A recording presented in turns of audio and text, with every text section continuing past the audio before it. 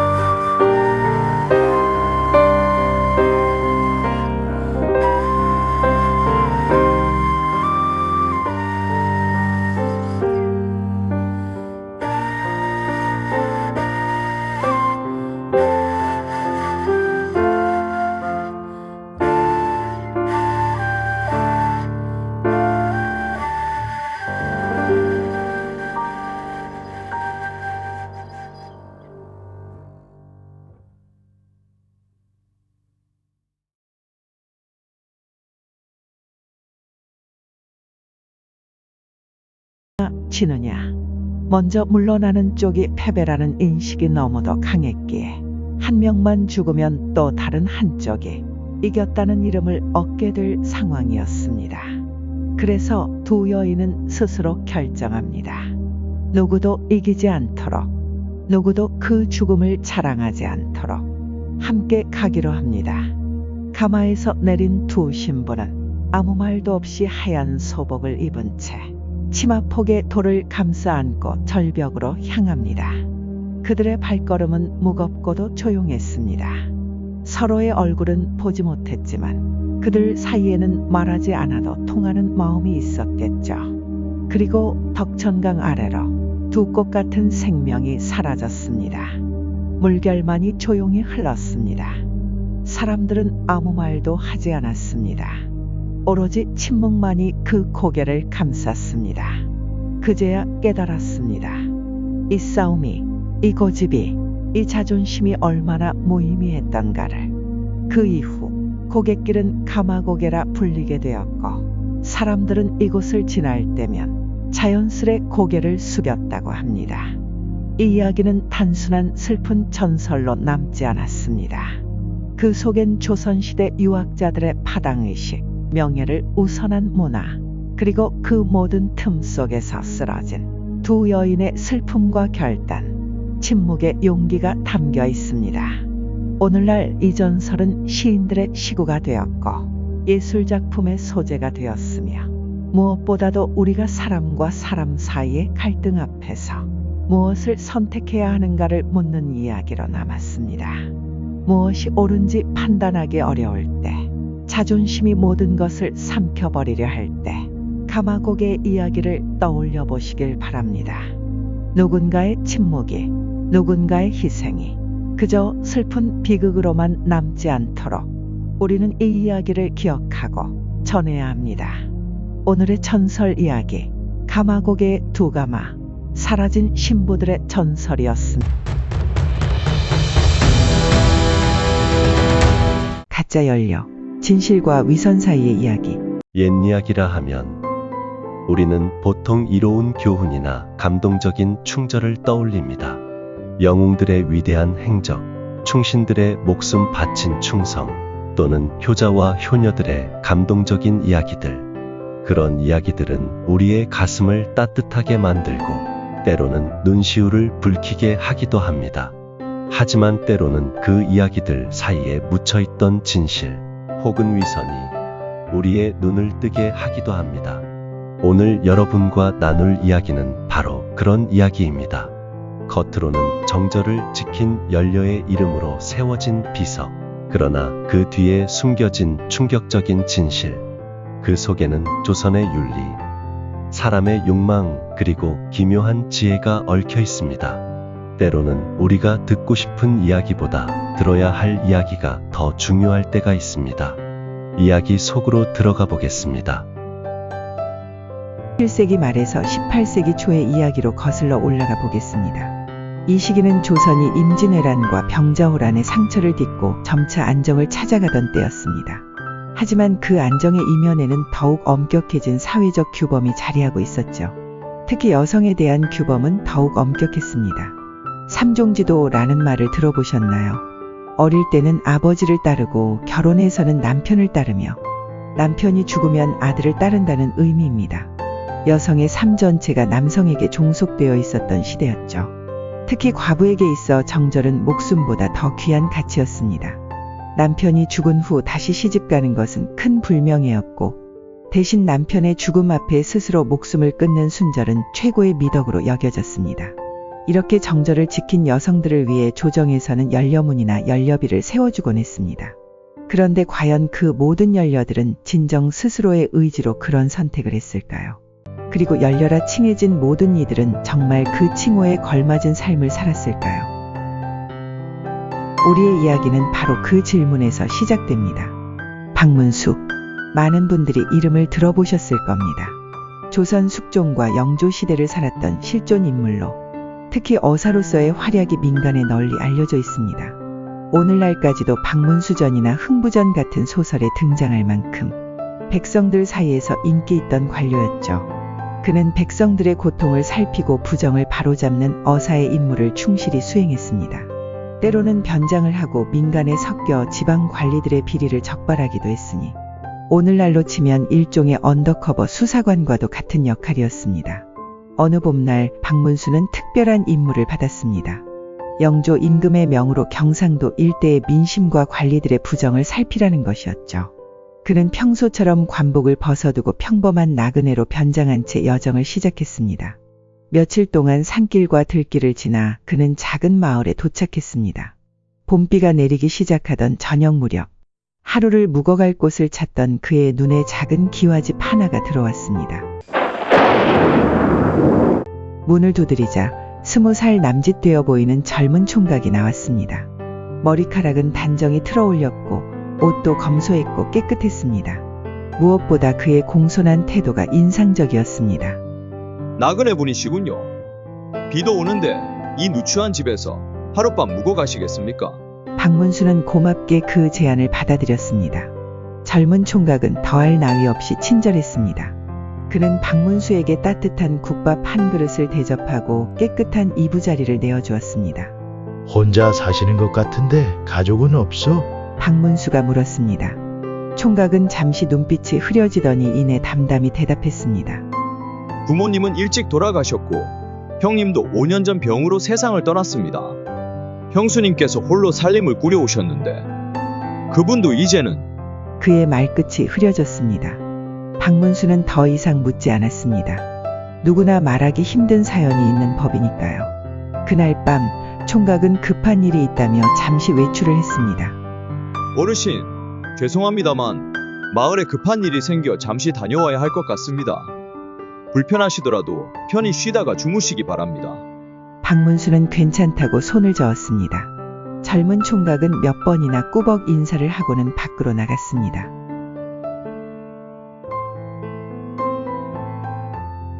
집에 혼자 남은 박문수는 피로가 몰려오는 것을 느꼈습니다. 하지만 바로 잠자리에 들기에는 아직 이른 시간이었습니다. 그는 바깥 공기를 쐬러 마당으로 나왔습니다. 봄비는 그쳤고 구름 사이로 달빛이 새어나왔습니다. 그 은은한 달빛 아래 박문수는 마당을 거닐다가 담장 너머로 들려오는 소리에 걸음을 멈췄습니다. 오늘도 왔구나. 너무 자주 오면 위험해. 여자의 목소리였습니다. 곧이어 남자의 목소리가 이어졌습니다. 괜찮아요. 아무도 모를 거예요. 난 당신 없이는 못 살아. 박문수는 눈살을 찌푸렸습니다. 분명 이 집 안채에서 들려오는 소리였습니다. 그는 조심스레 담장 틈으로 안을 들여다보았습니다. 그곳에는 30대 중반으로 보이는 여인과 젊은 남자가 있었습니다. 여인은 상복을 벗어둔 채 비단 속옷 차림이었고 남자는 그녀의 손을 부드럽게 어루만지고 있었습니다. 순간 박문수의 머릿속에 총각의 말이 떠올랐습니다. 형수님께서 홀로 살림을. 이 여인은 분명 총각이 말했던 형수일 것입니다. 그리고 그녀는 지금 다른 남자와 미래를 즐기고 있는 것이었습니다.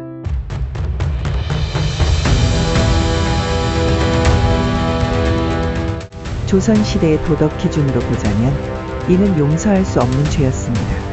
특히 남편이 죽은 지 얼마 되지 않은 과부가 다른 남자와 사통하는 것은 형벌로도 다스릴 수 있는 중대한 범죄였습니다. 박문수의 눈빛이 차갑게 빛났습니다. 그는 어사로서 또 유교적 가치를 중시하는 사대부로서 이를 그냥 넘길 수 없었습니다. 그는 허리춤에서 칼을 빼들었습니다. 평소에는 관복 안에 숨겨두었던 어사의 칼이었습니다. 그리고는 담장을 넘어 안채로 들어갔습니다. 간악한 것들! 박문수의 외침과 함께 칼이 빛났습니다. 놀란 두 사람은 도망칠 틈도 없이 그 자리에서 칼을 맞았습니다. 한 사람은 자신의 몸을 속였고 다른 한 사람은 타인의 가정을 무너뜨렸기에 그는 그것이 정의라 믿었습니다. 그리고 정적이 흘렀습니다. 박문수는 숨을 고르며 주변을 살폈습니다. 방 안은 피로 얼룩져 있었고 두 사람은 이미 숨을 거둔 후였습니다. 그제서야 그는 자신이 한 일을 실감했습니다. 비록 잘못된 일을 처단한 것이라지만 관직에 있는 자가 사적으로 사람을 죽인 것은 큰 문제가 될 수 있었습니다. 하지만 그는 어사였습니다. 백성들의 안위와 도덕적 질서를 지켜야 할 의무가 있었습니다. 그는 곧 마음을 다잡고 집으로 돌아와 침상에 누웠습니다. 내일 아침 총각에게 모든 것을 설명하고 관청에 보고해야겠다고 결심했습니다. 한참 뒤 총각이 돌아왔습니다. 박문수는 그가 돌아오는 소리에 잠에서 깼지만 곧바로 나가지는 않았습니다. 먼저 총각의 반응을 지켜보고 싶었기 때문입니다. 잠시 후 놀란 듯한 외침이 들렸습니다. 그리고 서둘러 움직이는 발소리. 박문수는 조용히 방문을 열고 안채 쪽을 바라보았습니다. 총각은 안채 문 앞에 서 있었습니다. 그의 표정은 놀랍게도 충격받은 것 같지 않았습니다. 오히려 차분했습니다. 그는 잠시 눈을 감고 생각에 잠긴 듯 하더니 곧 안채로 들어갔습니다. 호기심에 이끌려 박문수는 조용히 그를 뒤따랐습니다. 총각은 형수의 시신 앞에 무릎을 꿇고 앉아 있었습니다. 그리고는 조용히 말했습니다. 형수님, 이제 더 이상 괴로워하지 않으셔도 됩니다. 이제 자유롭게 떠나세요. 박문수는 눈살을 찌푸렸습니다. 형수가 불륜을 저질렀는데도 그런 말을 하다니. 그는 자신의 존재를 드러내려 했지만 총각의 다음 행동이 그를 멈추게 했습니다. 총각은 형수의 시신을 마치 이미 준비했다는 듯 깨끗한 수의로 갈아입히기 시작했습니다. 그리고는 방 안에 피를 닦고 마치 아무 일도 없었던 것처럼 방을 정리했습니다. 이후 그는 밖으로 나가 마을 사람들을 불러 모았습니다. 곧 여러 사람들이 모여들었고 총각은 침착하게 말했습니다. 형수님께서 스스로 목숨을 끊으셨습니다. 마을 사람들은 놀라움을 감추지 못했습니다. 어떻게 된 일이요? 무슨 이유로? 총각은 눈물을 흘리며 말했습니다. 형님이 돌아가신 후 많은 사람들이 형수님께 재혼을 권했습니다. 하지만 형수님은 끝까지 거절하셨지요. 그런데 어제 한 남자가 강제로 형수님을 차지하려 했습니다. 형수님은 정절을 지키기 위해 그자와 함께 목숨을 끊으셨습니다. 마을 사람들은 믿기지 않는다는 듯 놀랐습니다. 그리고 곧 감탄의 목소리가 이어졌습니다. 이 시대에도 이런 연료가 있다니 정말 대단하신 분이시군요. 우리 마을의 자랑입니다. 한 노인이 입을 열었습니다. 이런 훌륭한 연료의 이름은 영원히 기억되어야 합니다. 관청에 정려를 청하여 연료비를 세웁시다. 모두가 동의했고 마을은 슬픔 속에서도 어떤 긍지로 가득 찼습니다. 박문수는 모든 것을 지켜보며 혼란스러웠습니다. 그가 본 것은 분명 불륜이었습니다. 하지만 지금 마을 사람들이 칭송하는 것은 정절을 지킨 연료였습니다. 그는 진실을 밝혀야 한다고 생각했지만 동시에 자신이 관직자임에도 불구하고 사사로이 사람을 죽였다는 사실이 그를 망설이게 했습니다. 그날 밤 총각은 박문수를 찾아왔습니다. 그리고 깊은 절을 올렸습니다. 오사 어르신, 저희 형수는 진정 정절을 지키다 스스로 생을 마감하셨습니다. 저희 가문이 부끄럽지 않게 정렬을 내려주시지요. 박문수는 놀랐습니다. 총각이 자신의 신분을 알고 있었던 것입니다. 어떻게 내가 어사임을 알았소? 어르신의 품위와 언행이 평범한 나그네와는 달랐습니다. 그리고 밤에 칼을 차고 계셨지요. 총각은 담담히 말했습니다. 그의 눈빛에는 어떤 체념과 동시에 단호함이 깃들어 있었습니다. 박문수는 혼란스러웠습니다. 자신이 직접 형수의 불륜 현장을 목격했음에도 지금 이 총각은 그것을 정절을 지킨 연료의 죽음으로 포장하고 있었습니다. 그것은 명백한 거짓이었습니다. 하지만 만약 진실을 밝힌다면 마을 사람들의 존경을 한 몸에 받는 연료의 명예는 땅에 떨어질 것이고 가문의 이름도 더럽혀질 것입니다. 그리고 그것은 결국 이 총각에게도 큰 상처가 될 것입니다. 박문수는 속았다는 걸 알지 못한 채 도리어 부끄러워합니다. 그날 밤의 처단이 어쩌면 성급했을지도 모른다는 후회와 함께 그는 관청에 보고를 올립니다. 시간이 흘러 마을 어귀에는 정절을 지킨 훌륭한 형수를 기리는 연료비가 세워졌습니다. 비석에는 이런 글귀가 새겨졌습니다. 순정하고 청결하며 오직 의리로 생을 마친 연료, 아무개의 형수. 마을은 축제 분위기로 들떴습니다. 새로운 연료비가 세워진 것은 마을의 영광이었으니까요. 총각은 집을 대대적으로 청소하고 잔치를 열었습니다. 돼지를 잡고 술을 붓고 온 마을 사람들을 초대했습니다. 사람들은 음식을 나누어 먹으며 연료의 미덕을 칭송했습니다. 어떤 이는 눈물을 흘리며 자신의 딸에게도 그런 정절을 가르치겠다고 다짐했고 또 어떤 이는 이제 이 마을이 전국의 이름을 알릴 것이라며 좋아했습니다. 하지만 단 한 무리만은 초대받지 못했습니다. 바로 거지들이었죠.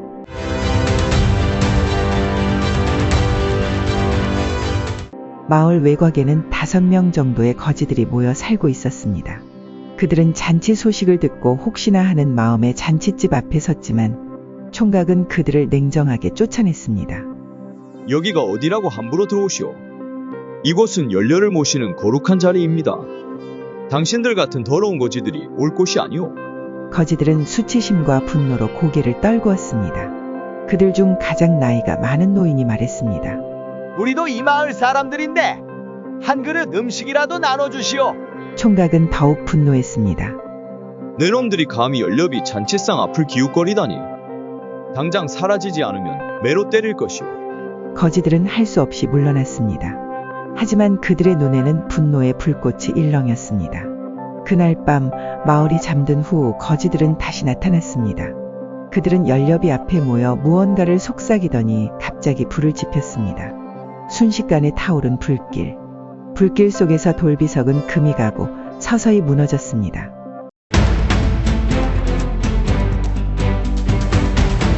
새벽녘 마을 사람들이 화재 소식을 듣고 달려왔을 때는 이미 늦었습니다.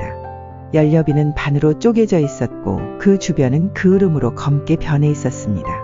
사람들은 분노했습니다. 누가 이런 짓을 저질렀느냐며 야단법석이었습니다. 그리고 곧 범인은 밝혀졌습니다. 누군가가 거지들이 모여 사는 움막 근처에서 화약 냄새가 난다고 제보한 것입니다. 마을 사람들은 거지들을 붙잡아 마을 회관으로 끌고 왔습니다. 그리고 그 자리에 마침 머물고 있던 박문수에게 재판을 청했습니다. 박문수는 거지들을 바라보았습니다. 그들은 초라했지만 눈빛만은 당당했습니다. 그대들이 연료비를 훼손했어. 가장 나이든 거지가 대답했습니다. 예, 우리가 했습니다. 이유가 무엇이오? 그 비석이 거짓말을 하고 있었기 때문입니다. 마을 사람들은 분노로 소란스러웠습니다. 감히 연료를 모욕하다니. 하지만 박문수는 갑자기 진지해졌습니다. 어떤 거짓말이오? 그때 총각이 앞으로 나섰습니다. 어사 어르신, 더 이상 들으실 필요 없습니다. 이들은 그저 잔치에 참여하지 못한 원한으로 이런 짓을 저지른 것입니다. 엄히 처벌하셔야 합니다. 그러나 박문수는 그의 말을 무시했습니다. 계속 말해보시오, 노인장. 노인은 깊은 한숨을 내쉬었습니다. 그 여인은 연료가 아닙니다. 그녀는 이 마을의 많은 남자들과 관계를 맺어왔습니다. 남편이 죽은 후에도 계속해서요. 우리도 알고 있습니다. 모두가 알고 있습니다. 단지 아무도 말하지 않을 뿐.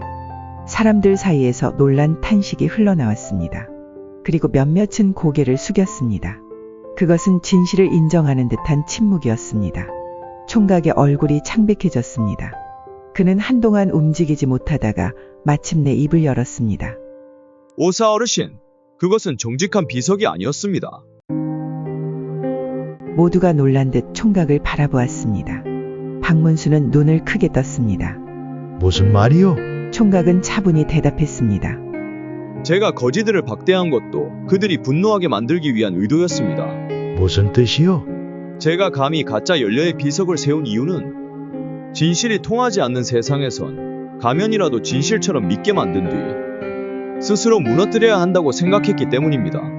박문수는 묵묵히 그의 말을 듣습니다. 총각은 다시 말합니다. 저의 형수는 불행한 분이셨습니다. 형님과의 결혼은 부모님의 강요였고 형님은 그녀를 제대로 대해주지 않았습니다. 형님이 돌아가신 후 형수님은 자유를 찾고 싶어 하셨지만 이 마을의 시선은 그녀를 허락하지 않았습니다. 그녀가 다른 남자를 만났다는 소문이 돌자 사람들은 수군거렸고 그녀를 손가락질했습니다.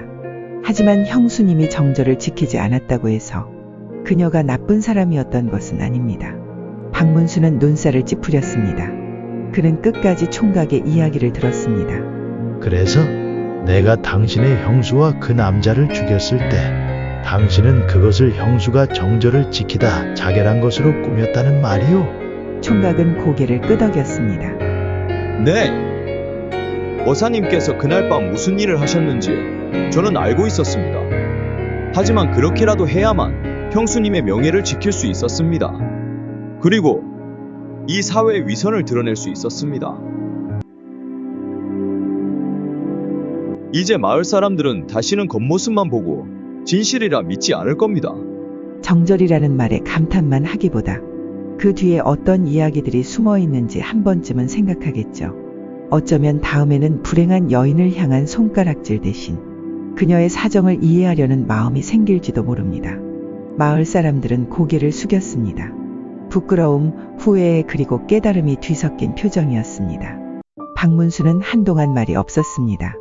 그는 이 젊은 총각이 벌인 일의 의미를 곰곰이 생각했습니다. 사회의 위선을 드러내기 위해 역설적으로 그 위선을 이용한 것. 그것은 위험한 방법이었지만 어쩌면 필요한 일이었을지도 모릅니다. 마침내 박문수가 입을 열었습니다. 거짓으로 진실을 밝히려 한 그대의 뜻은 이해하겠소. 하지만 방법이 너무 극단적이었소. 그대의 형수와 그 남자는 목숨을 잃었고 이 마을에는 큰 혼란이 일어났소. 총각은 깊이 고개를 숙였습니다. 모든 책임은 제게 있습니다.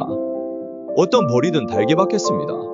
박문수는 잠시 생각에 잠겼다가 결정을 내렸습니다.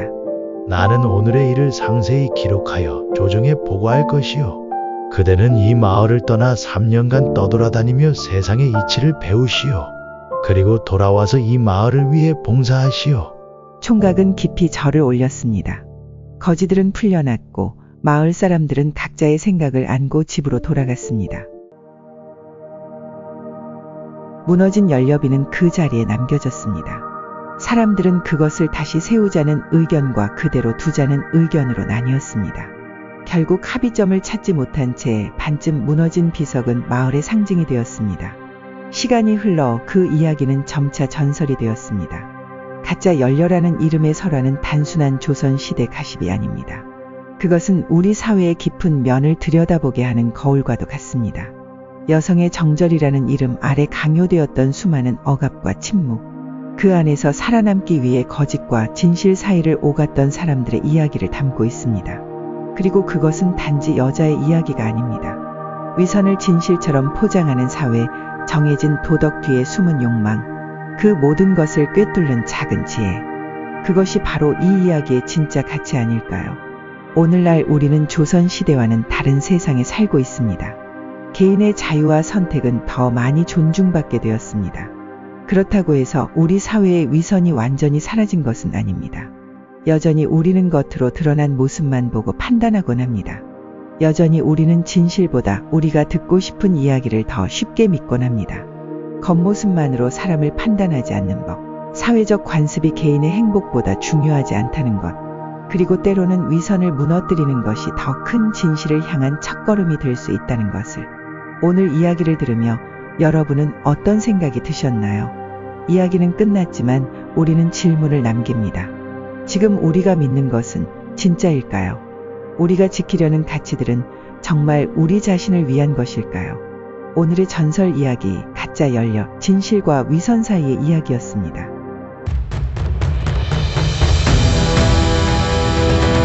돌아오지 못한 사랑, 각시섬의 전설. 남편의 위독한 상태에 절망한 아내는 마지막 희망을 품고 마을 앞바다에 위치한 영광군의 불기도로 향합니다.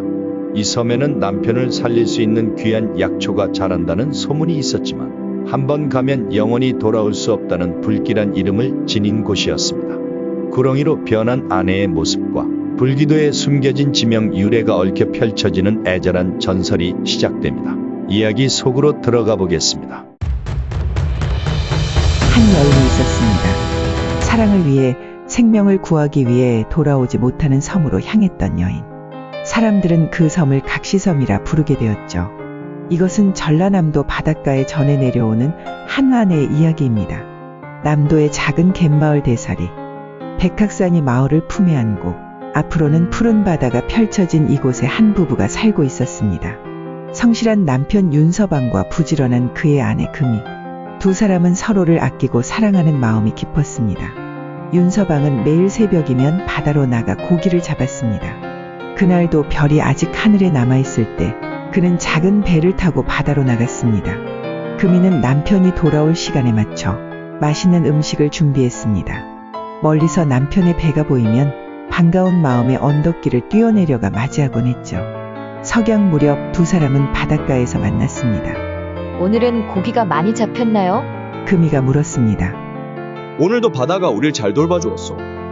이만하면 우리 살림이 넉넉해질게요. 윤서방이 웃으며 대답했습니다. 그럼 이번에는 꼭 어머님께 드릴 옷감을 사러 가요.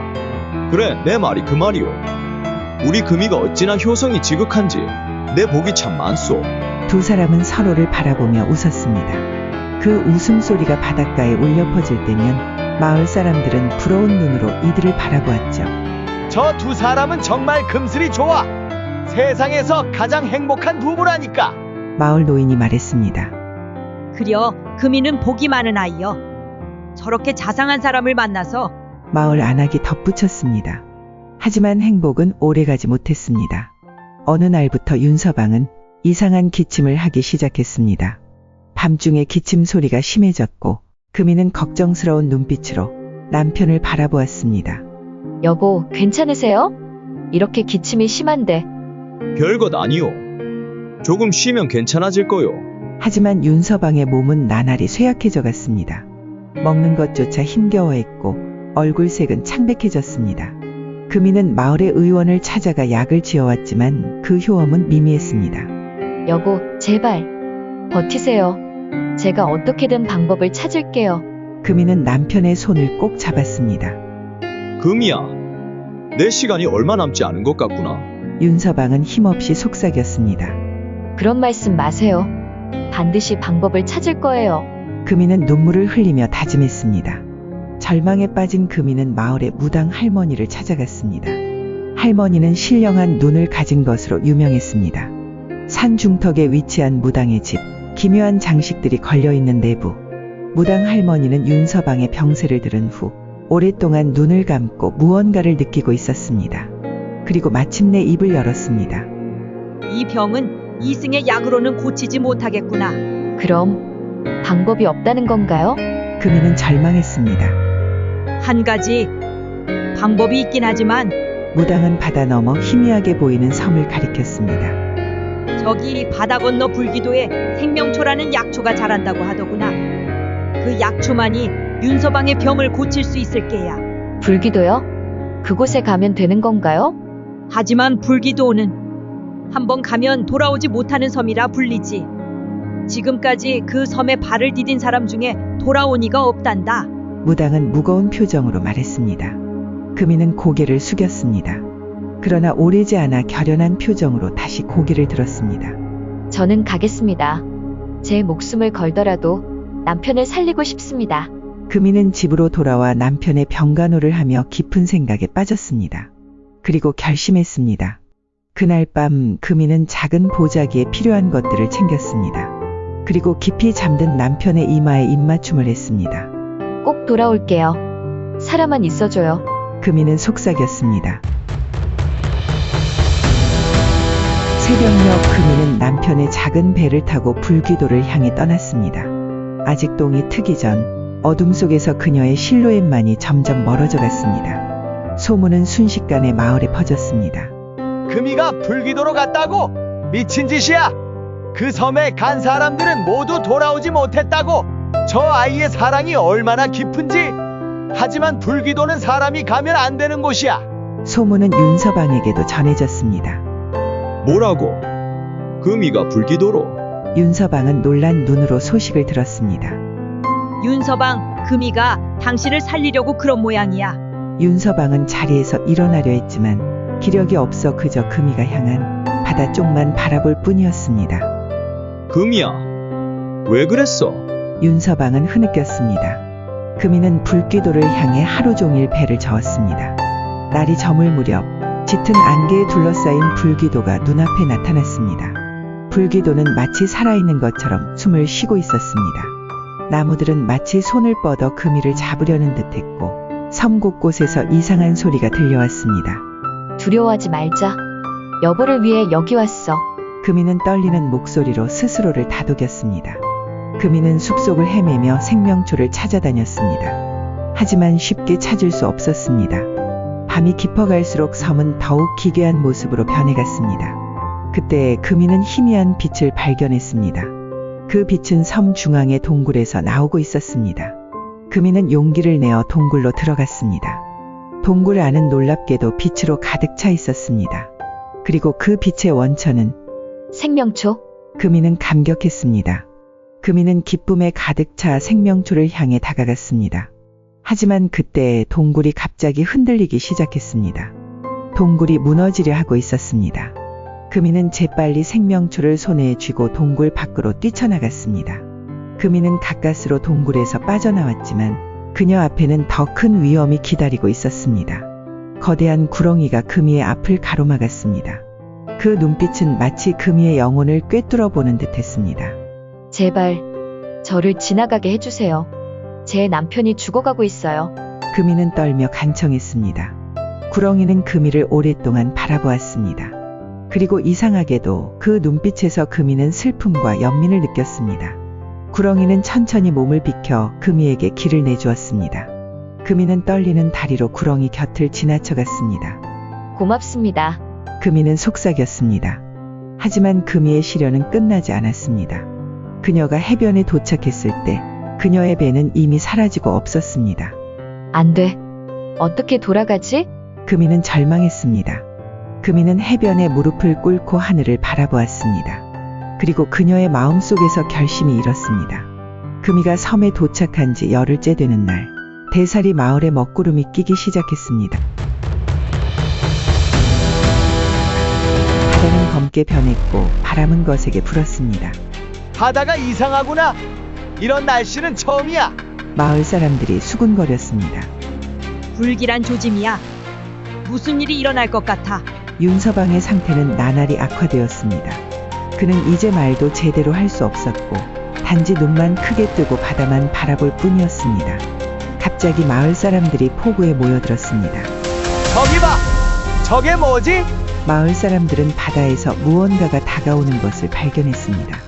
처음에는 작은 물결처럼 보였지만 점점 가까워질수록 그 정체가 드러났습니다. 구렁이! 저건 구렁이다! 마을 노인이 충격에 빠져 외쳤습니다. 어떻게 저렇게 큰 구렁이가?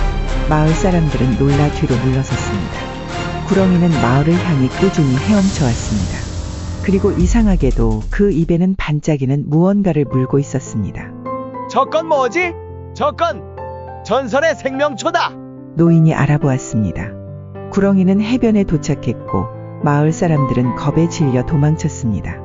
하지만 구렁이는 사람들을 쫓지 않고 직접 윤서방의 집을 향해 기어갔습니다. 구렁이는 윤서방의 집 앞에 도착했습니다. 사람들은 멀리서 공포에 떨며 지켜보았습니다. 저 구렁이가 뭘 하려는 거지? 이상하구나! 저 구렁이의 눈빛이! 마을 노인이 집중하며 말했습니다. 구렁이의 눈에서는 이상하게도 눈물 같은 것이 흘러내렸습니다. 그리고 그 눈빛은 마치 사람의 눈빛 같았습니다. 슬픔과 그리움이 가득한 구렁이는 천천히 윤서방의 집으로 들어갔습니다. 그리고 그날 밤 마을에는 폭풍우가 몰아쳤습니다. 천둥이 치고 번개가 번쩍였습니다. 마을 사람들은 그날 밤 내내 잠을 이루지 못했습니다. 무언가 큰일이 일어나고 있다는 것을 직감했기 때문입니다. 폭풍우가 지나간 다음 날 아침, 마을에는 이상한 고요함이 감돌았습니다. 사람들은 조심스럽게 윤서방의 집을 향해 걸어갔습니다. 구렁이는 어디로 간 거지? 바다를 보게! 노인이 가리켰습니다. 사람들이 바다를 바라보자 멀리서 구렁이의 꼬리가 물속으로 사라지는 것이 보였습니다. 구렁이는 다시 바다로 돌아가고 있었습니다. 사람들은 조심스럽게 윤서방의 집으로 들어갔습니다. 그리고 그곳에서 그들이 본 것은 윤서방이! 마을 사람이 놀라 말했습니다. 이미 늦었구나!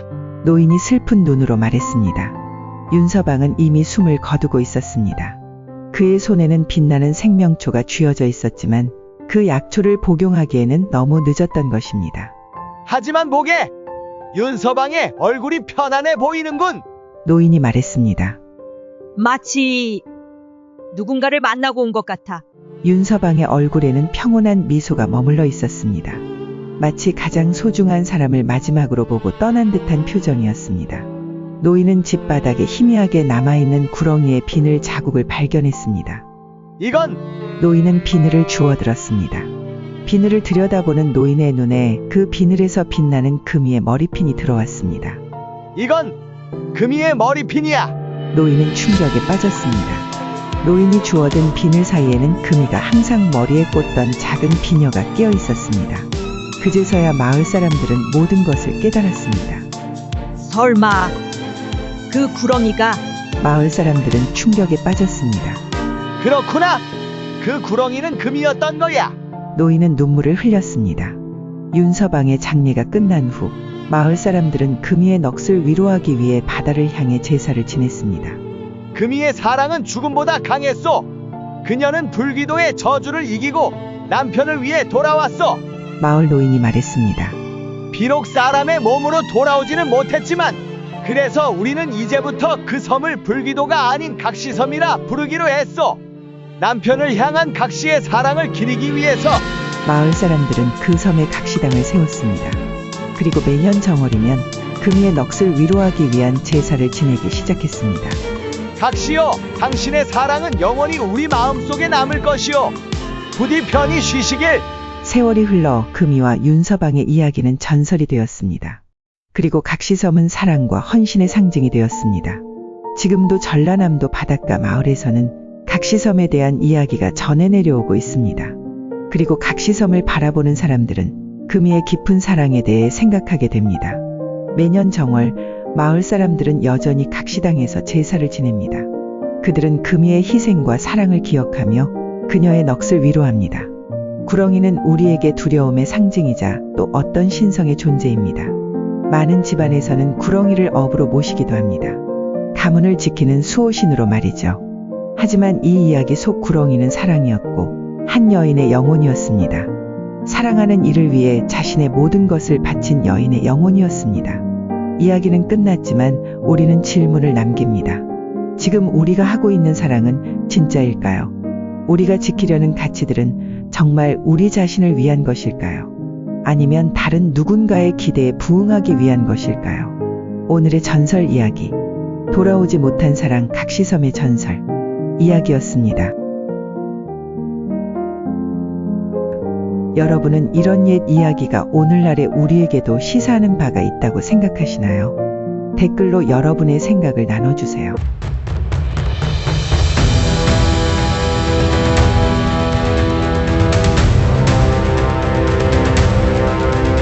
개가 하지 않은 며느리를 도운 호랑이.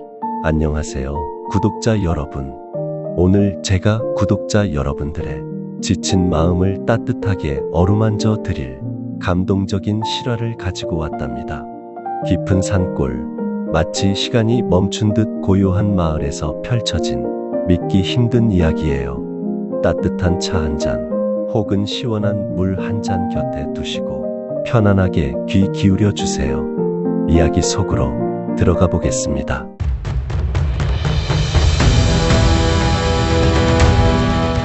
때는 아주 먼 옛날 깊은 산골짜기에 자리 잡은 작은 마을에는 마음씨가 비단결처럼 고운 며느리가 살고 있었습니다. 그녀의 이름은 순이. 25 갓 피어난 꽃처럼 아름다운 나이에 사랑하는 남편을 갑작스러운 사고로 잃고 홀로 남겨졌지만 슬픔에 잠겨 눈물 마를 날 없이 병환으로 자리에 누우신 시아버지를 정성껏 보살피며 하루하루를 묵묵히 견뎌냈답니다. 순이의 귓가에는 아직도 남편의 마지막 숨결과 함께 남긴 애절한 부탁이 생생하게 맴돌았습니다. 거친 숨을 몰아쉬면서도 힘겹게 그녀의 손을 꼭 잡고 했던 그 간절한 약속. 순아, 내가 이제 없어도 우리 아버지 부디 잘 부탁한다. 우리 가족은 이제 너밖에 없어. 젊은 나이에 홀로 감당하기에는 너무나 버거운 슬픔이었지만 순이는 남편과의 마지막 약속을 마치 가슴에 새겨진 맹세처럼 소중히 간직했습니다.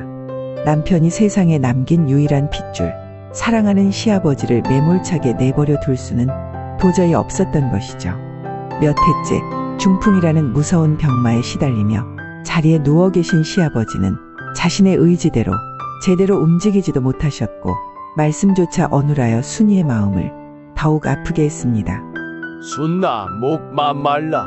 힘겹게 내뱉는 시아버지의 말씀 한마디에 순이는 즉시 알아듣고 네, 아버님. 시원한 물 여기 있습니다. 천천히 조금씩 드세요. 하며 정성껏 물을 떠다 드렸습니다.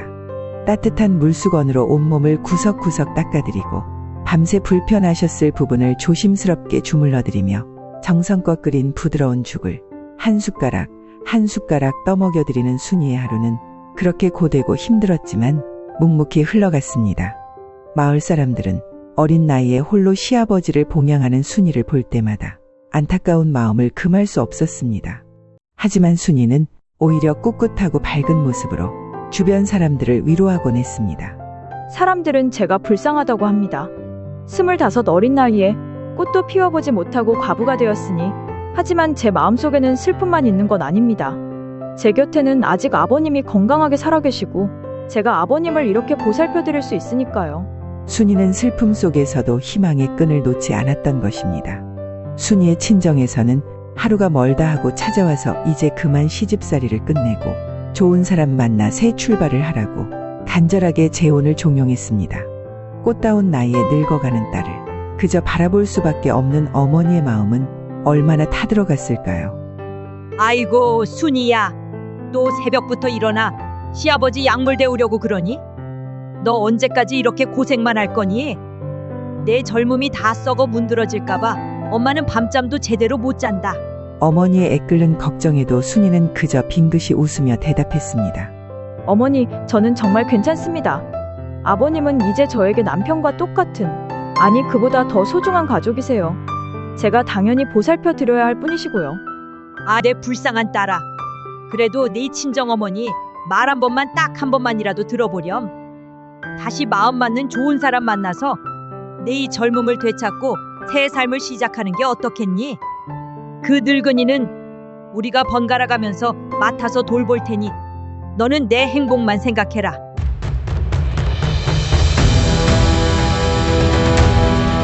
문득 순이는 남편과 함께했던 짧지만 너무나 행복했던 시절을 떠올렸습니다. 함께 맑게 웃고 밤하늘의 별을 보며 함께 미래를 꿈꾸었던 아름다운 날들. 갑작스러운 사고로 인해 모든 것이 한순간에 덧없이 사라져버렸지만 남편과의 뜨겁고 순수했던 사랑은 여전히 그녀의 마음속 깊은 곳에 마치 지워지지 않는 낙인처럼 깊이 새겨져 있었습니다. 오빠, 우리 오래오래 지금처럼 행복하게 살 거예요. 그렇죠? 그럼 우리 순이 하고 싶은 거, 먹고 싶은 거 다 하면서 우리 착한 순이 낳아주신 어머님, 그리고 우리 늙으신 아버님 모시고 오래오래 건강하고 행복하게 살아야지. 그날의 맹세를 순이는 홀로 가슴속에 되새기며 눈물을 삼켰습니다. 친척들 역시 순이의 딱한 처지를 안타까워하며 재혼을 은근히 권했습니다. 젊은 나이에 홀로 시아버지를 봉양하는 것은 예나 지금이나 결코 쉽지 않은 고된 길이었으니까요. 순이야, 너도 이제 앞날을 생각해 봐야 하지 않겠니? 죽은 사람만 붙잡고 평생을 살 수는 없어. 우리가 내 짝으로 괜찮은 사람 몇몇 알아봐 줄 테니 딱 한 번만이라도 마음 편하게 만나보는 게 어떻겠니? 하지만 순이는 진심으로 감사하면서도 정중하게 거절했습니다. 정말 감사합니다, 숙모님, 삼촌. 하지만 저는 지금은 아버님 곁을 떠날 수가 없습니다. 남편과의 약속이기도 하지만 무엇보다 아버님은 이제 저에게 친아버지와 똑같은, 아니 그 이상의 소중한 가족이시기 때문입니다. 순이의 하루는 남들보다 일찍 새벽을 깨우는 닭 울음소리보다 먼저 시작되었습니다. 밤새 불편했을 시아버지의 몸을 따뜻한 물로 정성껏 닦아드리고 굳어진 팔다리를 부드럽게 주물러 드렸습니다. 그리고 소화가 잘 되는 따뜻한 죽을 끓이기 위해 부엌으로 향했죠. 계절마다 몸에 좋다는 귀한 약초를 구해다 정성껏 따려드리고 조금이라도 더 편안하게 지내실 수 있도록 주변을 깨끗하게 청소하고 정돈하는 것이 순이의 일상이었습니다.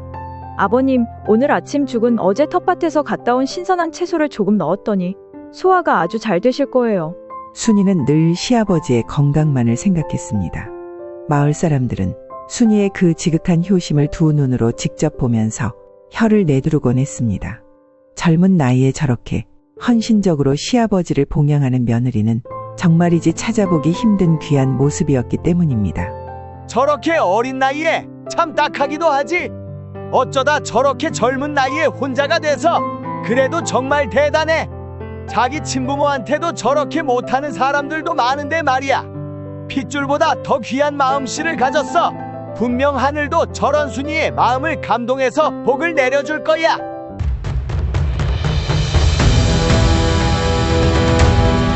그러던 어느 날 평화롭던 순이의 일상에 갑작스럽고 충격적인 소식이 전해졌습니다. 순이야, 순이야, 큰일 났다. 내 친정어머니가 갑자기 길을 걷다가 쓰러지셨대. 지금 위독하셔서 숨이 넘어갈 지경이라고 하더라. 어서 빨리 내 친정으로 가봐야 할 것 같아. 어머니가 위독하시다고요? 설마 정말 돌아가신 건 아니겠죠? 순이는 갑작스러운 비보에 온몸에 피가 차갑게 식는 듯한 충격을 받았습니다. 응, 지금 상황이 아주 안 좋다고 하더라. 꾸물거릴 시간이 없어. 서둘러서 지금 바로 가봐. 순이는 정신없이 짐을 챙겼습니다.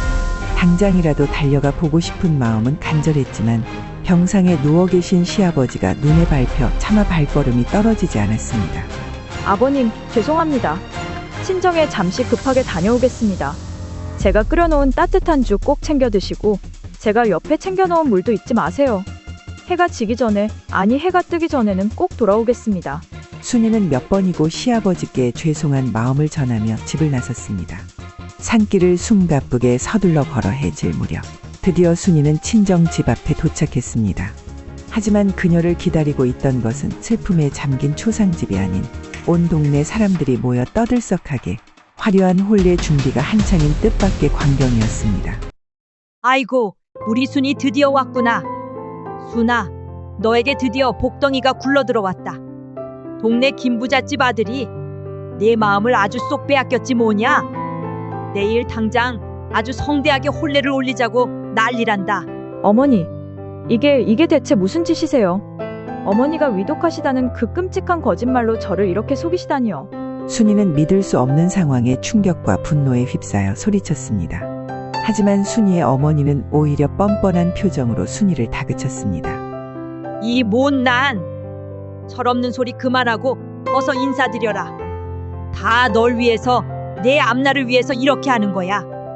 저 병든 늙은 영감 붙잡고 평생을 고생만 할 셈이니? 이번 기회에 내 팔자를 아주 확실하게 고쳐야 한다. 됐어요. 저는 어머니 뜻대로 살지 않겠어요. 저는 지금 당장 아버님 곁으로 돌아갈 거예요. 그분은 저에게 남편과 똑같은, 아니 그보다 더 소중한 가족이세요.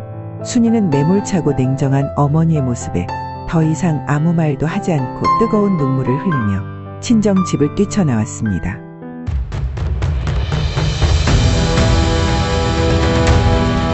이미 날은 완전히 어두워졌고 산길은 더욱 험하고 위험했지만 홀로 어둠 속에서 자신을 기다리고 계실 시아버지를 생각하니 한시라도 빨리 돌아가야겠다는 생각뿐이었습니다. 아버님 혼자 얼마나 불안해하고 계실까? 어서 빨리 아버님 곁으로 돌아가야 해. 어둠이 짙게 들이운 험준한 산길을 숨가쁘게 허겁지겁 걷던 순이는 갑자기 등골이 오싹해지는 섬뜩한 기운에 그 자리에 우뚝 멈춰섰습니다. 어흥? 깊은 어둠 속에서 났고 웅장한 짐승의 울음소리가 순이의 심장을 꿰뚫는 듯 울려 퍼졌습니다. 누구세요? 떨리는 목소리로 순이가 조심스럽게 물었습니다.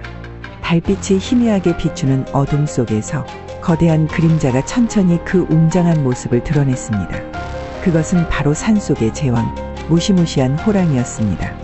어둠 속에서도 번쩍이는 두 개의 붉은 눈은 마치 횃불처럼 매섭게 빛나고 있었고 순이를 압도하는 그 거대한 덩치는 보는 이로 하여금 절로 숨을 먹게 만들었습니다. 순이는 극도의 두려움에 온몸이 마치 얼음처럼 차갑게 얼어붙었습니다. 하늘에 계신 저희 서방님, 부디 저를 불쌍히 여기시어 도와주세요. 아직 아버님을 두고 여기서 이렇게 죽을 수는 없습니다. 죽음의 그림자가 바로 눈앞까지 다가왔음을 느낀 순이는 눈을 질끈 감고 마지막 힘을 다해 간절하게 빌었습니다. 저를 잡아 드시려거든. 부디 저희 불쌍한 아버님 제 마지막 인사라도 꼭 전해주세요. 그녀의 마지막 순간까지도 그녀의 마음속에는 오직 홀로 남겨질 시아버지에 대한 걱정뿐이었습니다. 하지만 바로 그때 정말로 놀랍고 기적 같은 일이 벌어졌습니다. 그 무시무시한 호랑이가 순이를 해치려는 듯 으르렁거리는 대신 오히려 순이의 앞에 조용히 엎드리더니 마치 자신의 등에 탈하는 듯한 신기한 몸짓을 하는 것이었습니다. 저를 태워 주시려는 건가요? 순이는 도저히 믿을 수 없는 광경에 망설였지만 왠지 모를 따뜻하고 포근한 기운에 이끌려 조심스럽게 호랑이의 등에 올라탔습니다. 그러자 호랑이는 순이를 싣고 어둠 속 험한 산길을 마치 바람처럼 거침없이 달리기 시작했습니다. 이렇게 빠르시다니 정말 이것은 하늘에 계신 제 서방님께서 저를 불쌍히 여기시어 보내주신 도움인 걸까요? 감사합니다. 정말 감사합니다. 부디 저희 집으로 홀로 아버님이 애타게 기다리시는 그 집으로 안전하게 데려다 주세요.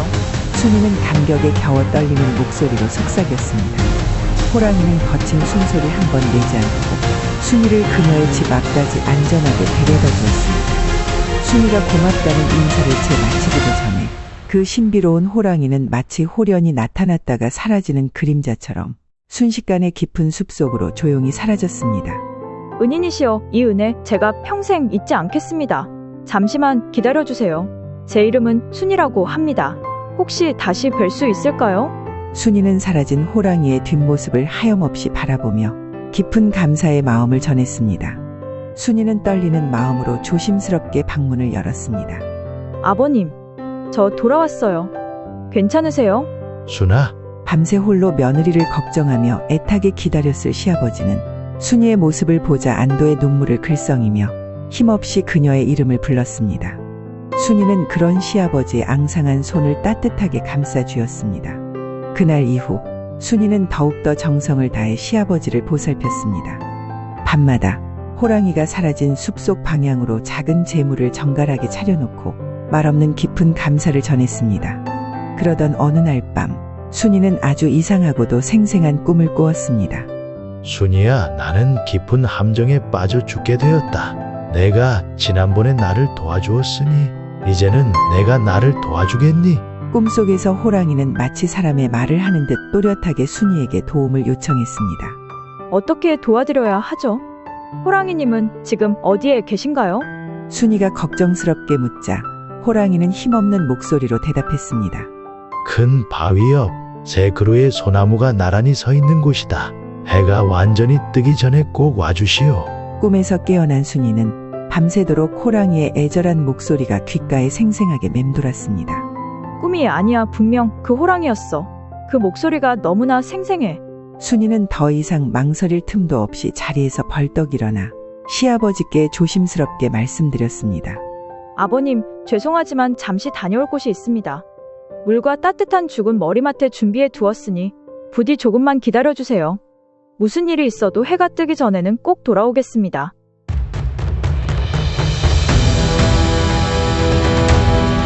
순이는 서둘러 차가운 새벽 공기를 가르며 산속으로 향했습니다. 아직 어둠이 완전히 가시지 않은 새벽이었지만 꿈속에서 들었던 호랑이의 간절한 목소리가 그녀의 발걸음을 재촉했습니다. 큰 바위 그리고 그루의 소나무가 나란히 서 있는 곳. 대체 어디에 있는 거지? 순이는 꿈속에서 보았던 풍경을 떠올리며 온 산속을 헤매기 시작했습니다. 드디어 해가 희미하게 떠오를 무렵 순이는 꿈속에서 분명히 보았던 커다란 바위 옆에 나란히 서 있는 새 그루의 소나무를 발견했습니다. 그리고 그곳에는 정말로 깊고 깊은 함정에 빠져 꼼짝 못하고 갇혀있는 호랑이가 힘겹게 신음하고 있었습니다. 호랑이님, 제가 왔어요. 괜찮으세요? 순이는 걱정스러운 목소리로 떨리는 마음을 감추지 못하며 호랑이를 불렀습니다. 제가 꼭 구해드릴게요. 호랑이님, 조금만 더 힘내세요. 기다려주세요. 순이는 호랑이를 어떻게든 구해야겠다는 간절한 마음으로 주변을 샅샅이 둘러보며 튼튼해 보이는 나뭇가지를 찾아 나섰습니다. 마침내 튼튼한 나뭇가지를 찾아낸 순이는 조심스럽게 함정 아래로 나뭇가지를 내밀었습니다. 호랑이님, 이걸 꽉 잡으세요. 힘드시겠지만 조금만 더 힘을 내세요. 순이의 간절한 목소리가 호랑이에게 용기를 주었던 것일까요? 호랑이는 순이의 말을 알아듣기라도 한 듯 조심스럽게 나뭇가지를 꽉 붙잡고 힘겹게 몸을 일으키기 시작했습니다. 그래요. 잘하고 계세요. 조금만 더 힘을 내세요. 이제 거의 다 왔어요. 순이는 온 힘을 다해 호랑이를 끌어올렸고 마침내 호랑이는 무사히 함정에서 벗어날 수 있었습니다. 깊은 함정에서 벗어난 호랑이는 잠시 숨을 고르더니 순이에게 고맙다는 듯 조용히 머리를 숙였습니다. 순이 또한 그런 호랑이를 안쓰럽고 대견한 마음으로 따뜻하게 바라보았습니다. 그리고 잠시 후 호랑이는 다시 한번 순이에게 감사의 표시를 하듯 조용히 숲속으로 사라졌습니다. 정말 신기한 일이야. 이건 분명 하늘에 계신 저의 서방님께서 저를 항상 굽어 살피시며 지켜주고 계시다는 증거겠죠. 순이는 가슴 벅찬 감동에 휩싸여 하늘을 올려다보며 깊은 숨을 내쉬었습니다.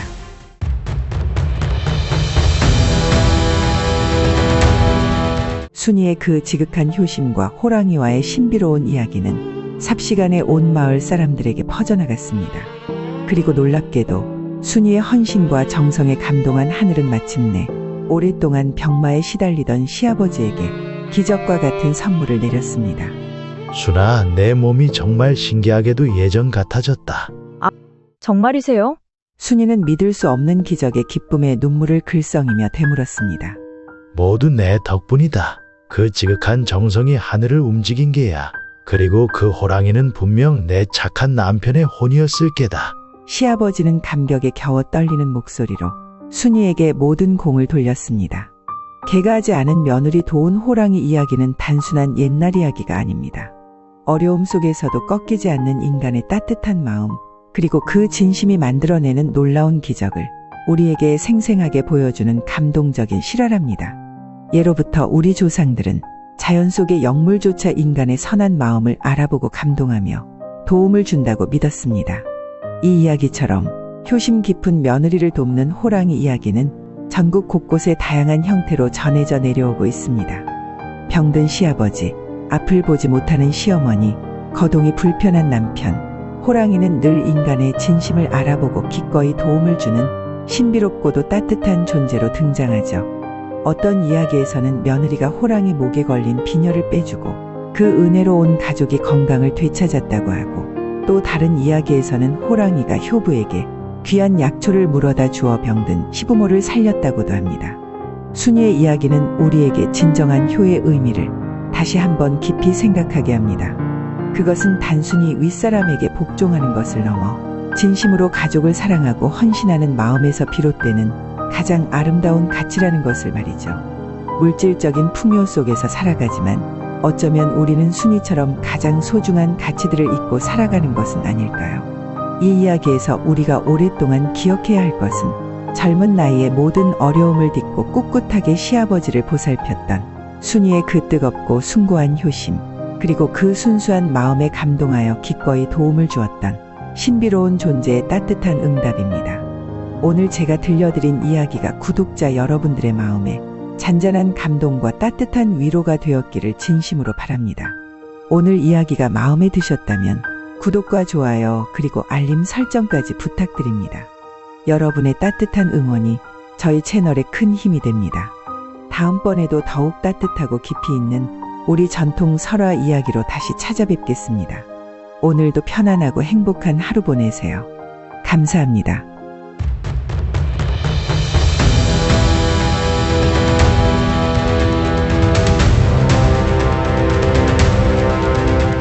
간통한 남자를 잡은 원님.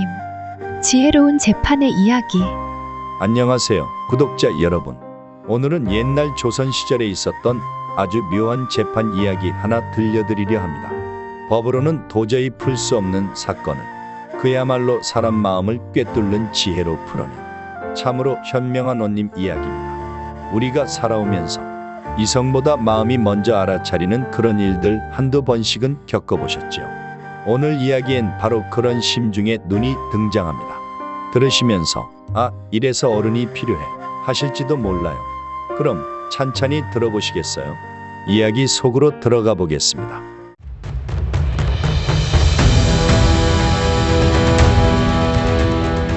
해는 벌써 산 너머로 넘어가고 있었어요.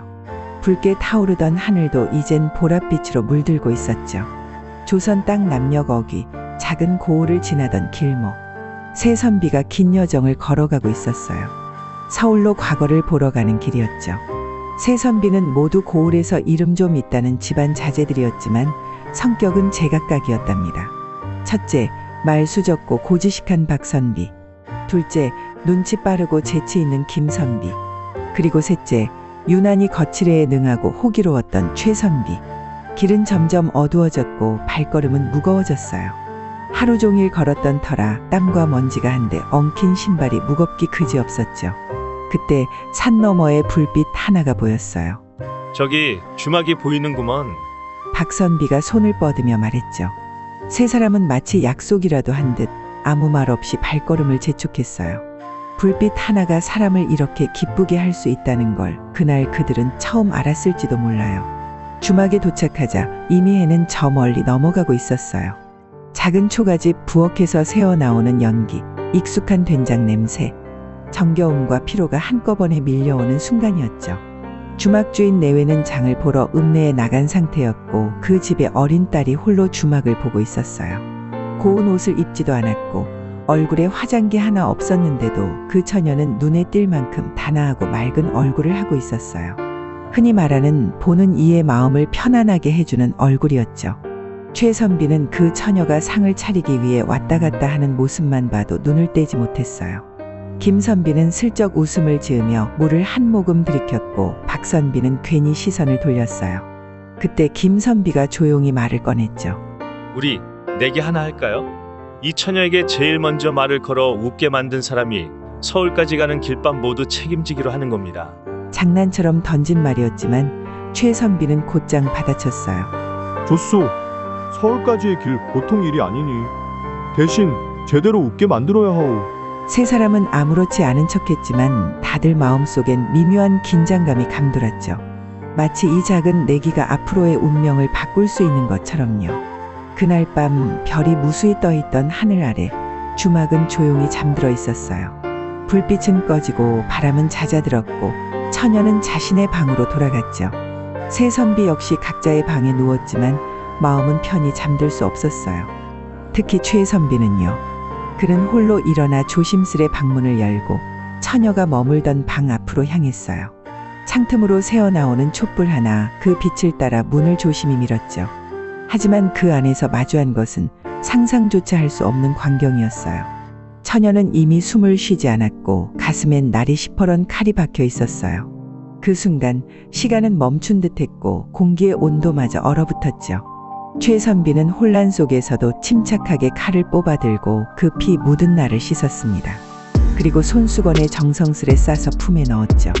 그 어떤 말도 감정도 비명도 없던 순간 오직 두려움과 책임이라는 이름의 무게만이 방 안에 가득했답니다.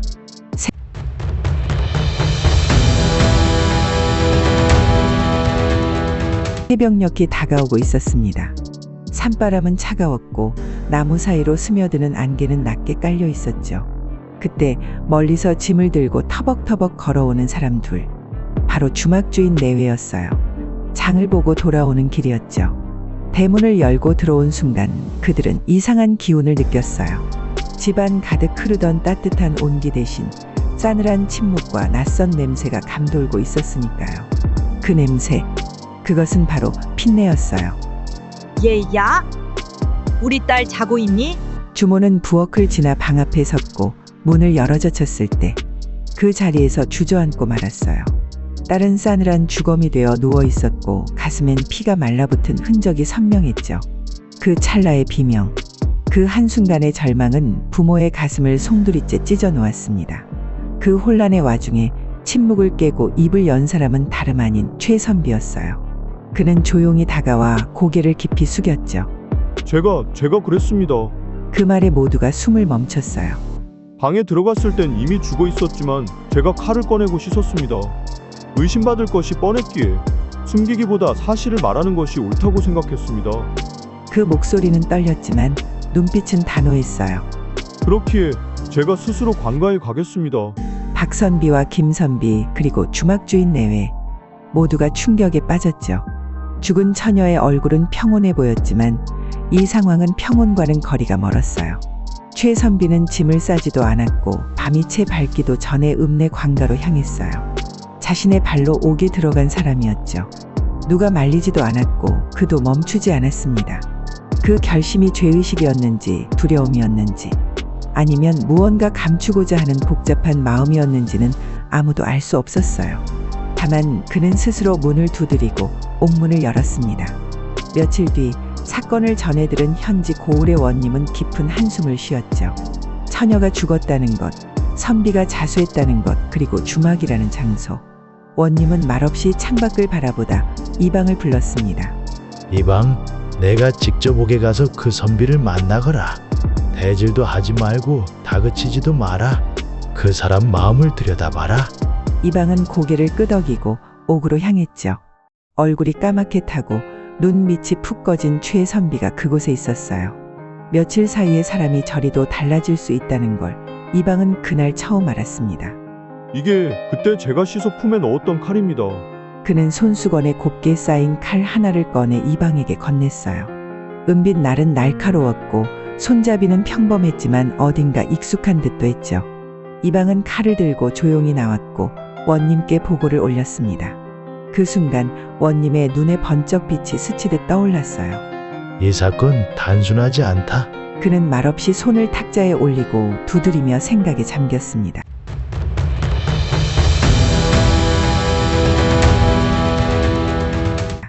다음 날 원님은 고을 사람들을 모두 불러 모았어요. 거기엔 박선비와 김선비도 있었고 주막주인 내외도 포함되어 있었죠. 오늘은 특별히 이 일을 해결하기 위한 방법을 생각해 보려고 하오. 그의 목소리는 차분하면서도 묘한 무게감이 담겨 있었죠. 우리 고을 사람들은 말이 많다. 내가 만약 이 사건을 다 풀지 않으면 여기 있는 사람들 모두가 무서운 일을 겪을 것이오. 원님은 고을 사람들이 다 모여있는 자리에서 입을 열었어요. 그는 사건에 대해 조심스레 이야기를 풀어나갔죠. 최선비가 자백했다고 해서 사건이 풀린 것은 아니다. 오히려 그것이 사건을 더욱 복잡하게 만들었을지도 모르지. 사람들은 그 말에 조용히 귀를 기울였어요. 이제 나는 진짜 사건의 진상을 알아낼 방법을 찾아보겠다. 그리고 원님은 고을 사람들에게 공지를 했어요. 이 마을에서 제일 좋은 칼을 가져온 사람에게 황소 한 마리를 줄 것이다. 그의 말은 모든 사람들의 귀를 확 붙잡았죠. 그날 밤 칼이 모이기 시작했어요. 고을 사람들은 일제히 자기 집에 있는 칼을 꺼내 들었죠. 하지만 그 칼들 중에는 어떤 칼이 진짜인지 어떤 칼이 가짜인지를 알 수 없었어요. 각기 다른 크기와 형태를 가진 칼들이 한데 모였죠. 그런데 그때 최선비가 갖고 있던 칼을 유심히 바라보던 원님은 눈을 크게 떴습니다. 저 칼은 이상하다. 어디서 본 것 같다. 그리고 그 칼의 주인을 추적하기 시작했죠. 이 칼의 주인은 누구냐? 원님은 물었고 그 칼의 주인을 찾기 위한 탐문이 시작되었습니다. 그 칼이 어떻게든 마을 외곽까지 흘러갔다는 소문이 퍼졌고 마침내 칼의 주인이 부산에 있다는 사실이 밝혀졌죠. 그 주인은 바로 처녀와 간통했던 범인이었던 것입니다. 범인을 추적하는 일이 시작되었어요. 원님은 급히 이방을 보내 부산으로 향하게 했죠. 그 길고 긴 여정에 사람들은 들고 일어날 기세였죠. 어느 마을을 지나고 어느 길을 넘고 드디어 범인이 잡혔습니다. 부산에서 돌아온 범인은 그야말로 두 손이 뒤로 묶여 끌려 나왔어요. 마치 그 사건이 진작에 벌어진 일처럼 아무런 감정도 없이 그냥 묵묵히 걸어왔죠. 저 사람이 바로 처녀와 간통을 했던 그 사람입니다. 이방이 지목하자 고을 사람들은 그 자리에서 모두 숨을 죽였어요. 이제 사건이 해결된 듯 보였어요. 하지만 그건 또 다른 시작에 불과했죠. 그렇게 범인이 고을에 들어오자 원님은 그를 다시 한번 대면시켰어요. 그 범인은 단 한마디도 하지 않고 오직 고개를 숙일 뿐이었죠. 넌 왜 그런 일을 저질렀느냐? 원님이 차분하게 물었죠. 범인은 떨리는 목소리로 대답했어요. 저도 그저 욕망에 끌려 미친 마음이었을 뿐입니다. 그럼 그 여자의 목숨을 앗아간 이유는? 원님의 질문은 간단하고도 날카로웠어요. 범인은 그저 고개를 떨궜죠. 그리고 그가 한마디 내뱉었어요. 그저 욕망이었고 후회도 했습니다. 원님은 깊은 한숨을 쉬고 범인에게 다시 물었죠. 내가 했던 일은 용서받을 수 없는 일이야. 하지만 너의 진심을 보고 싶다. 내가 진정으로 후회하는 마음이라면 그에 맞는 처벌을 내려주겠다. 그 순간 범인은 무릎을 꿇고 눈물을 흘렸어요. 제발 용서해 주십시오.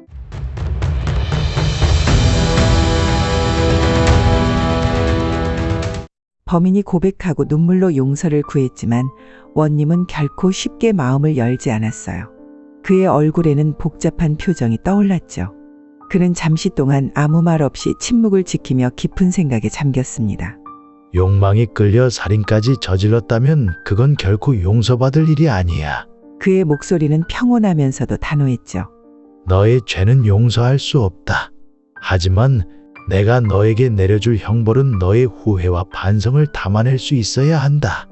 범인은 그 말을 듣고 두 손을 모은 채 조용히 고개를 끄덕였어요. 그가 처벌을 받을 준비를 하고 있다는 듯한 모습이었죠. 그때 원님은 다시 한번 말을 이었습니다. 너는 이제 이 고을을 떠나 먼 길을 가게 될 것이다. 그 길에서 너는 모든 고통을 느껴야 할 것이다. 그리고 너의 죄가 무엇인지를 깊이 깨닫고 다른 이들에게 그런 죄를 범하지 않도록 살아가야 할 것이다. 이런 판결은 결코 가벼운 것이 아니었죠. 범인은 그 자리에서 고개를 숙이고 고백을 마쳤습니다. 제발 저를 용서해 주세요. 앞으로는 2번 다시 그런 죄를 짓지 않겠습니다. 그의 얼굴에선 진심 어린 후회와 두려움이 엿보였어요. 원님은 그에게 엄한 말을 덧붙였습니다. 이젠 내가 그 길에서 무엇을 배우느냐가 중요하다. 내 죄를 씻을 방법은 그것뿐이다.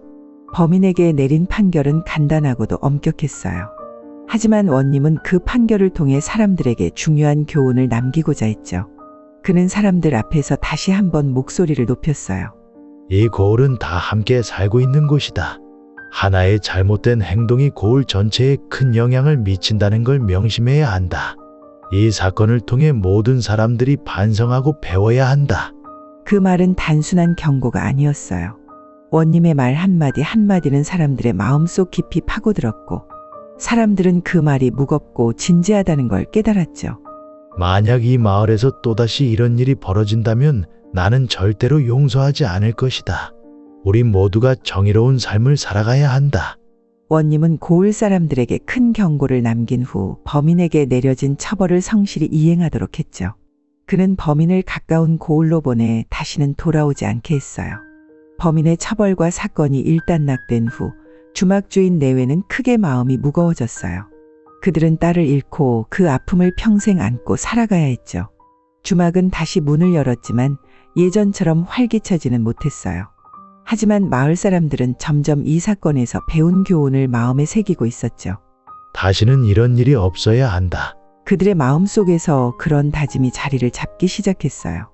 그리고 그런 변화를 이끌어낸 건 다름 아닌 원님의 지혜였어요. 원님은 마을 사람들과 자주 만나며 사람들의 마음을 다독였어요. 우리는 모두 이 마을을 사랑하고 이 마을에서 살아가야 한다. 서로를 지키고 정의를 세우는 것이 우리가 해야 할 일이야. 그의 말에는 무게가 있었고 사람들은 그 말을 따르기로 결심했죠. 그리고 어느덧 고을은 평온을 되찾고 사람들의 마음도 한층 더 가까워졌어요. 그 후로 몇 달이 지나 마을은 다시 예전의 평화로운 모습으로 돌아갔어요. 최선비는 고을을 떠났고 주막은 다시 살아났죠. 사람들은 각자의 일에 열중하며 원님의 교훈을 마음에 새기고 살았어요. 그런데 우리가 오늘을 살아가는 것은 단순히 과거를 돌아보는 것만으로는 충분하지 않다. 우리는 매일을 새롭게 살아가야 한다. 원님은 그렇게 사람들에게 새로운 시작을 알렸고 고을은 점점 더 번영해 갔어요. 그의 지혜와 통찰력은 마을 사람들에게 길잡이가 되어주었고 모두가 서로를 돕고 살기 위해 노력했습니다. 그리고 마을 사람들은 깨달았습니다. 진정한 정의와 평화는 외부의 힘이 아니라 사람들 간의 이해와 배려에서 시작된다는 것을 말이에요.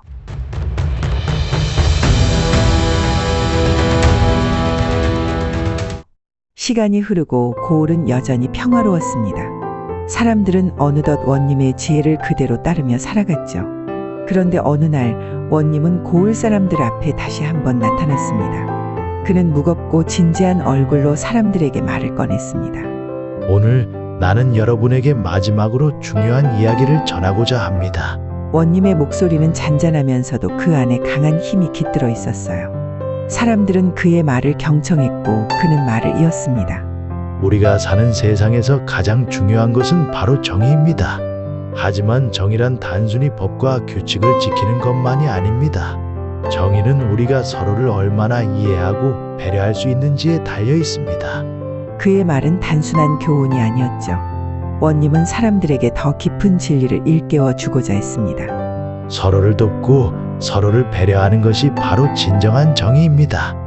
이 고을이 이렇게 평화롭게 지낼 수 있는 이유는 바로 여러분 모두가 서로를 아끼기 때문입니다. 사람들은 그 말을 들으며 원님의 깊은 뜻을 이해했습니다.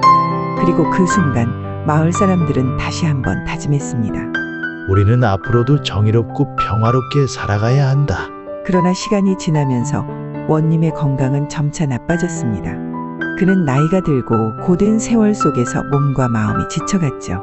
원님은 고을 사람들에게 마지막 인사를 전하기로 결심했습니다. 그는 깊은 한숨을 쉬며 마을 사람들 앞에 섰습니다. 여러분, 이제 내가 이곳을 떠날 시간입니다. 내가 남길 수 있는 것은 여러분이 배운 교훈뿐입니다. 그의 말은 슬프고도 무게가 있었습니다. 마을 사람들은 원님의 건강을 걱정하며 그가 떠난다는 소식에 마음이 아팠습니다. 하지만 원님은 그들에게 웃으며 말을 이어갔죠.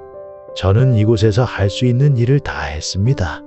여러분이 서로를 이해하고 정의로운 삶을 살아가는 모습만 봐도 제 마음은 편안합니다. 그리고 원님은 마지막으로 고을을 떠났습니다. 그가 떠난 후 마을은 여전히 평화로웠고 사람들은 원님의 가르침을 잊지 않고 실천하며 살아갔습니다. 그의 지혜는 마을 사람들의 마음속에 깊이 새겨졌고 원님의 교훈은 앞으로도 계속 이어졌습니다. 원님이 떠난 후 마을은 점차 더욱 번영했죠. 사람들은 여전히 원님의 지혜를 기억하며 서로를 도우며 살았습니다.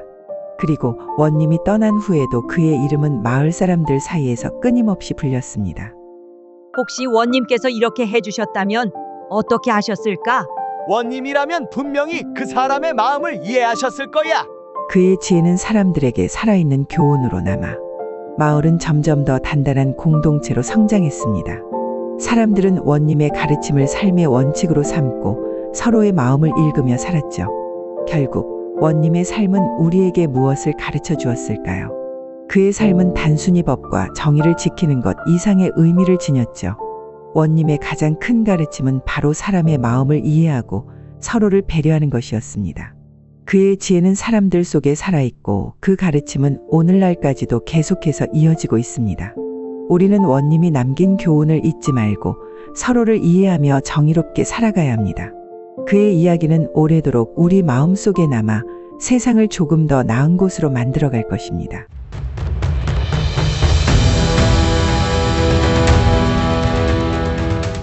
이 이야기는 단지 오래된 전설이 아닙니다. 우리 삶의 중요한 교훈이 담긴 이야기입니다. 오늘도 우리가 살아가는 이 세상에서 원님처럼 사람들의 마음을 헤아리고 정의를 세우는 사람이 되어야 할 것입니다. 여러분, 이 이야기를 통해 다시 한번 배워봅시다. 서로를 이해하고 배려하며 살아가는 것이 진정한 정의라는 것을요. 그리고 그런 삶을 통해 세상이 더 나은 곳이 되기를 바랍니다. 오늘도 이 이야기를 마무리하면서 우리가 항상 기억해야 할 것이 있습니다. 그것은 정의는 단지 법을 따르는 것에 그치지 않고 우리 마음속 깊은 곳에서 시작된다는 사실입니다. 그럼 이 이야기가 여러분에게 작은 깨달음을 주었기를 바라며 오늘도 마음의 평화를 담고 살아가세요. 오늘 이야기 간통한 남자를 잡은 원님 지혜로운 재판의 이야기가 마음에 드셨다면 좋아요와 구독 부탁드립니다. 다음에도 따뜻하고 깊이 있는 우리 전설 이야기로 찾아올게요. 감사합니다.